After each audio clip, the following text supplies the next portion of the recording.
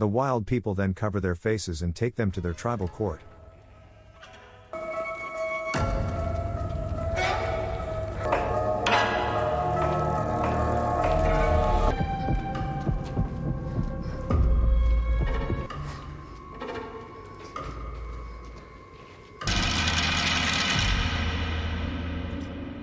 Where their leader accuses them of murder. Jennifer vehemently denies all accusations. The wild man who had previously escaped from Adam arrives and claims that they had actually intended to leave Adam behind the mountain to save his life, but that Adam had killed one of their men. Jennifer refutes this assertion, arguing that it was an act of self-defense. Following this, the wild people produce the body of their fallen comrade and place it before everyone. Their tribal court leader declares all of them guilty. Subsequently, the wild people execute Adam in a brutal manner reminiscent of how he had killed one of their own, beating him until he dies. At this point, only 3 friends remain. One attempts to escape upon witnessing these events, but the wild men capture him and blind him by thrusting a hot iron rod into his eyes before locking him in a dark cave.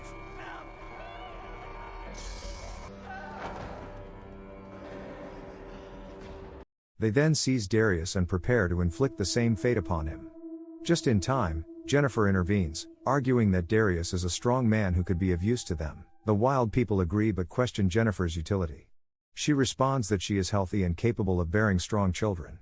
This proposal pleases them, and they inform both Darius and Jennifer that they must now remain part of the community indefinitely. Any attempt to escape will result in immediate execution.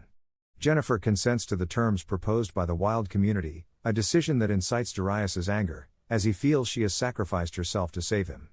As part of the agreement, Jennifer is assigned to live in the leader's quarters. Meanwhile, the narrative shifts to Scott, who is seated in a bar where an elderly woman informs him of a secret community residing in the forest, suggesting that his daughter may be among them. The following day, Scott embarks on a quest to locate this hidden community and find his daughter. The hotel owner introduces him to a man named Ed, who offers assistance in his search.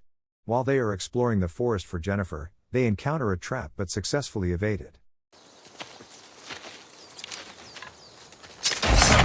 Folks like to set traps like these to drive strangers up off the mountain.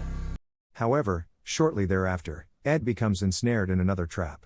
Scott attempts to rescue him by opening the trap, but during the struggle,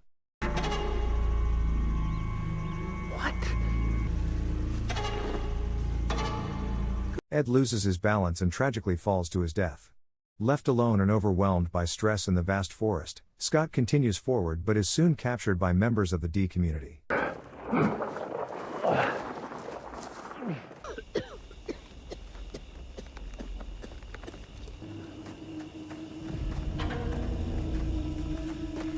In a moment of desperation, he spots Jennifer. However, she denies recognizing him. Consequently, the leaders imprison Scott in a cell. Later that night, Jennifer discreetly opens the cell door and urges Scott to remain quiet. She explains her earlier denial of their relationship, stating, "If they had discovered you were my father, they would have killed you as well." Following this revelation, Scott and Jennifer approach Adam in hopes of persuading him to join them, but he declines. "I'm not going.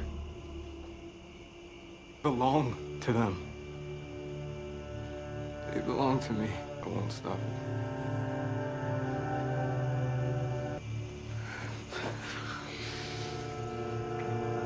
They leave him behind and proceed on their own.